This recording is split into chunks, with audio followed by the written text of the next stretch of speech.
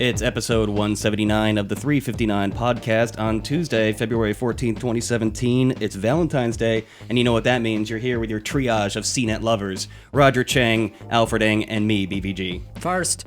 Third? Wait, CNET lovers, does that mean we love CNET or that we're all just lovers together? No, that we're indicated as your lovers, the listeners. Oh, all right. And we're from CNET. Clearly, I wasn't even listening to you in that intro, so we're off to a great start as usual.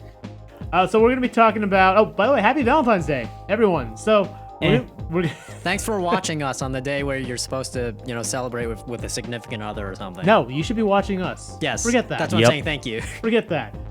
No, so we're gonna have a little bit of a Valentine's themed start to the show. We'll be talking about It's Complicated, CNET's package on love in the modern age. We'll be looking at actually a story written by our former intern and frequent guest on the show, Samantha Rhodes. And after that, we'll be talking about a story you wrote on Nintendo Switch, and it's Bet on the Wacky. We'll be running through a couple of tips on extending the battery life of your MacBook Pro. And just lastly, we'll have a little shout out to Maggie Reardon's profile on the new FCC chairman, Ajit Pai, and how he probably spells the end of net neutrality as we know it. With a smile. With a smile, though. He's a really nice guy. Yeah, he'll just, kill everything you love. So as always, if you have any questions about any of these topics or more, leave them in the comment section. Brian will pick out the best, and we will answer them in less than 4 minutes, hopefully. Approximately 3 minutes and 59 seconds, and here we go in 3, 2...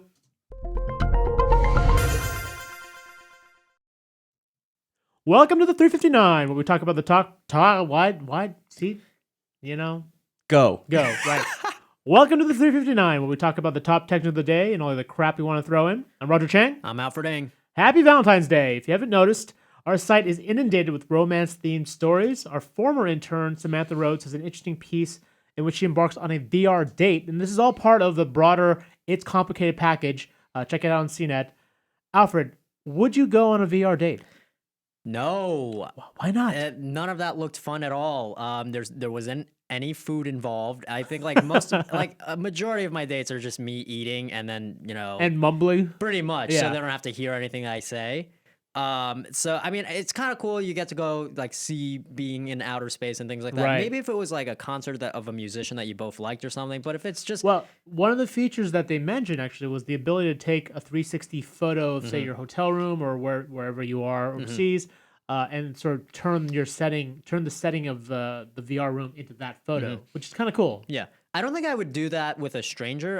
I think it helps for long distance relationships. Yes. If anything, it's kind of a cool new experience. You can share something in that. But as far as just somebody that I kind of met online or something like that, I don't think that's fun at all to do. Now, I mean, there was definitely the same kind of skepticism with online dating when it first came out. There was a stigma behind it. You're like, oh, you can't find a person in real life. You got to go online. I mean, it's not that for me. It's more so I think VR dates it's just, I don't think the technology for VR is really there yet to make it seem like it's actually worth it. Right. Yeah. No, definitely.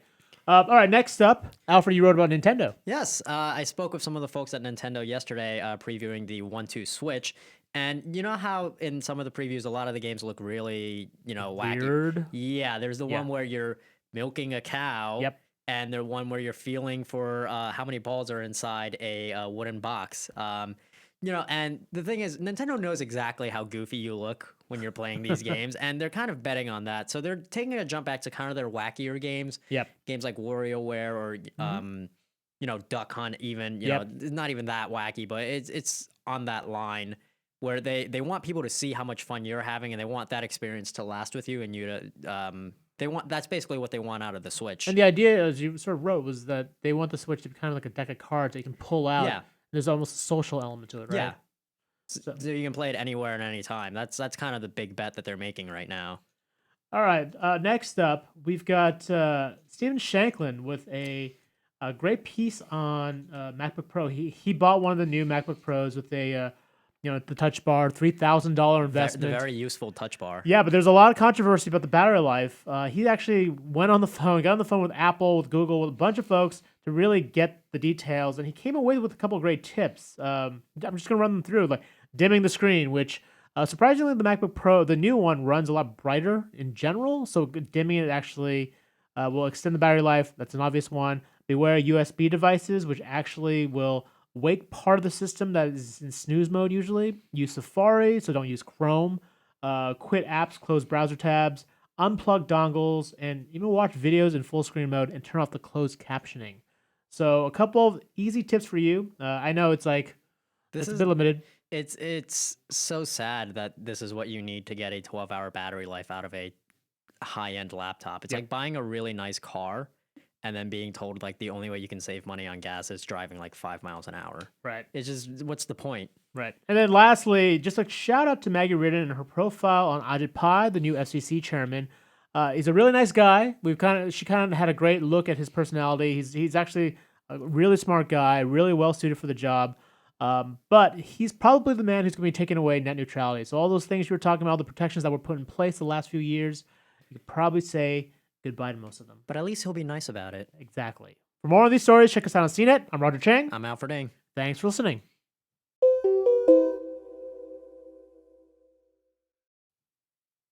So, rest in peace, net neutrality. Well, not yet, but yeah, You know, close. that It's coming. funeral will be so cool. I mean, it's coming like a freight train, though, don't you think?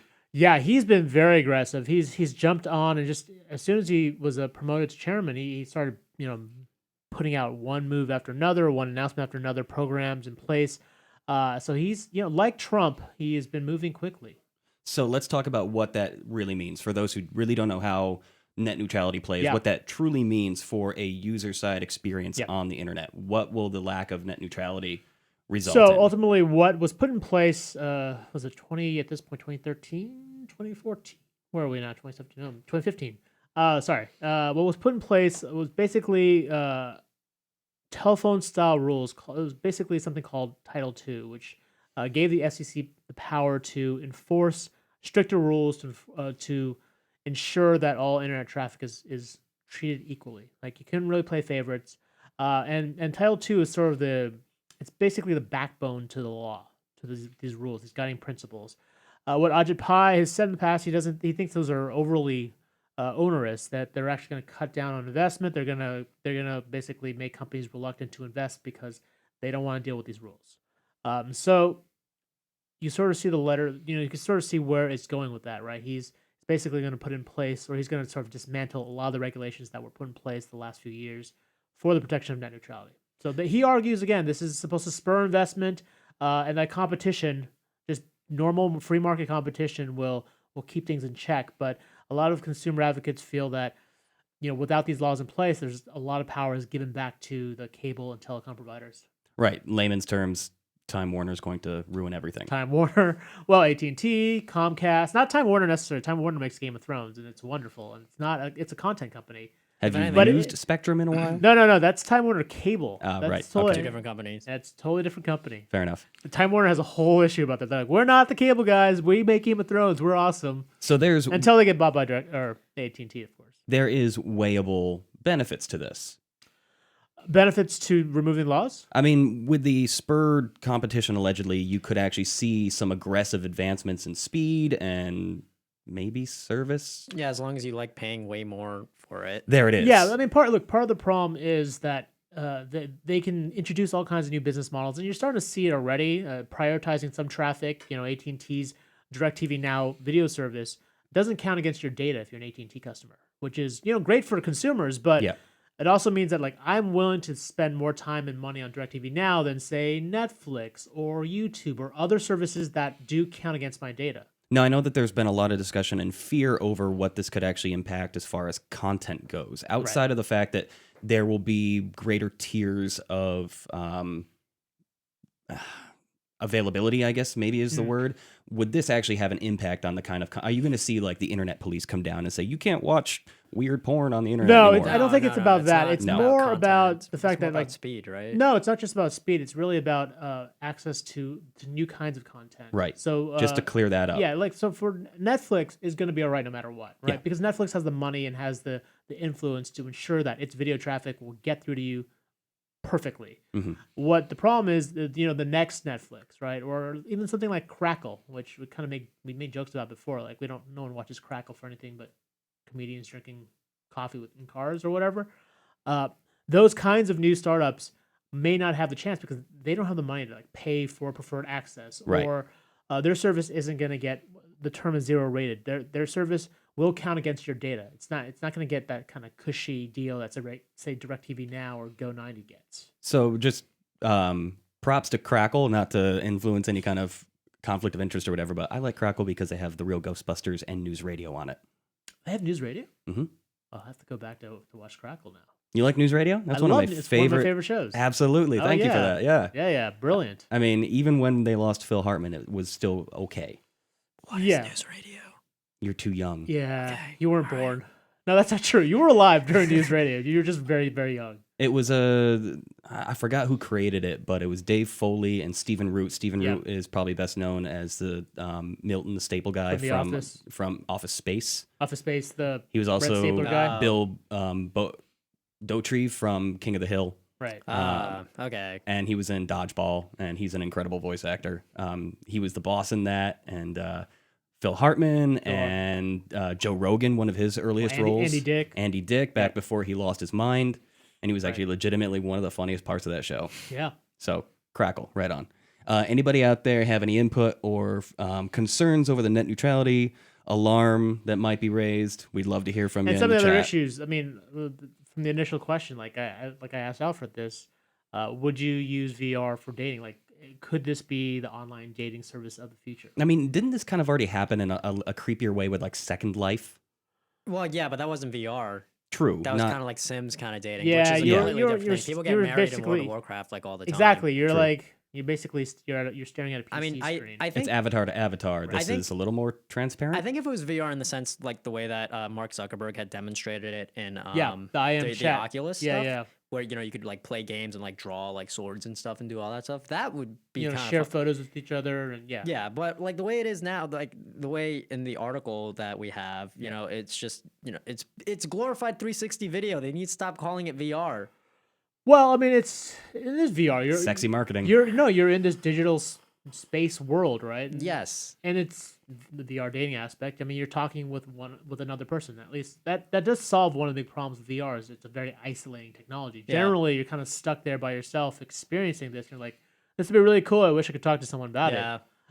it. In this respect, you know, if you're in this sort of VR, this weird environment with somebody else, you can at least bond over that. Would you go on a VR date?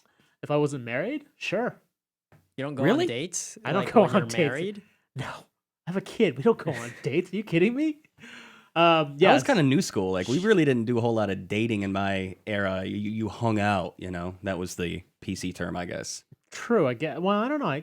You go to the sock hop and go steady. What the hell's the Whoa, sock hop? whoa, what?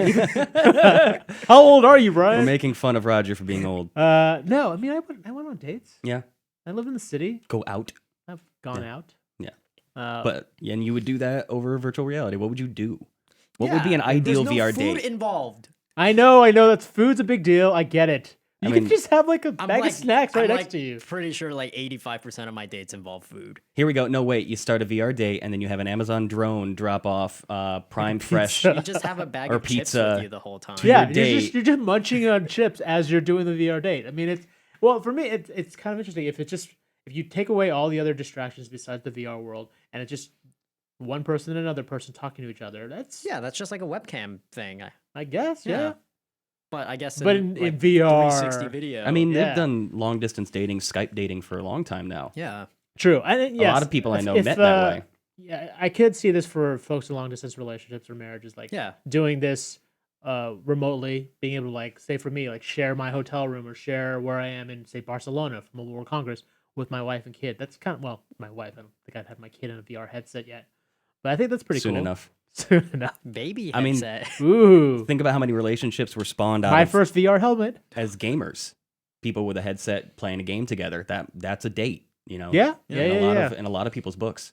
So I guess this isn't too far off. I'm wondering what could be done in a VR experience. Like What couldn't be done? It's VR. truth. Maybe you could. I tried that Power Rangers experience at CS. Maybe like you guys could hop in Megazords together and like Oh my God. destroy whatever it is they destroy. Yeah, but those yeah, alien that's monster like making things. it a game. I think VR games would be cool. on VR a games, date. yeah. Yeah, Yeah. because you're doing something. but then adding together. a social element to it. if it's just like watching something, I don't know. It seems kind of doesn't seem that cool. I mean, again, with the long distance thing, you used to be able to get on like Xbox Live and watch Yeah. Netflix together. I kind of miss that. Really? I never. No. I Yeah, didn't know that. it was its own kind of standalone thing, bridged off the Xbox Live network, but it was explicitly in a Netflix type scenario, and it looked kind of like Mystery Science Theater 3000, and you could like emote your little character. I had a workaround with that with my girlfriend when we were long distance for like a year, where we did like Google Hangouts and then shared the screen where one of the screens had Yeah, right. like the Netflix on yeah, it. yeah, So yeah. That used to be fun. Michael in the chat says, "Show each other pictures of food," but that's just Instagram. Yeah. That's not really Wait, a like date. on And that's VR, that's though? kind of that's kind of torturous because you're just looking at food after a while. You get hungry. You're just like, What's I want that? to end this date so I can have a real meal now. Okay, let's go into this. Isn't the dark web, but it's a little deep web. YouTube. What's it called? Mukbang. what? What? So there's like a trend on YouTube where people will just consume mass the amounts. Korean thing. Yes. Yeah. It's from Korea, Oh, yeah, I yeah, believe. Yeah. And the prem. Is it supposed to be massive? I thought it was just like a normal amount of food. I think it can go to whatever degree, Okay. but yeah, it's kind of a strange idea where Yeah. it's like you're joining someone for dinner, you're just kind Yeah. of watching them eat, and like I think you can people Twitch that, don't they? And you Yeah, can yeah, get yeah. like donations Yeah, to buy the next meal. It's like you're having lunch with somebody online. All right. On that really weird and unusual note, let's wrap it up a little right. early. Mukbang. We got to run off to our Valentine's Day dates With each other. with each other. If you liked anything you saw or heard here, check us out on CNET.com. Our podcast is also available on iTunes, TuneIn, Stitcher, SoundCloud, FeedBurner, and Google Play Music. We'll see you all tomorrow. We love you. First. Second.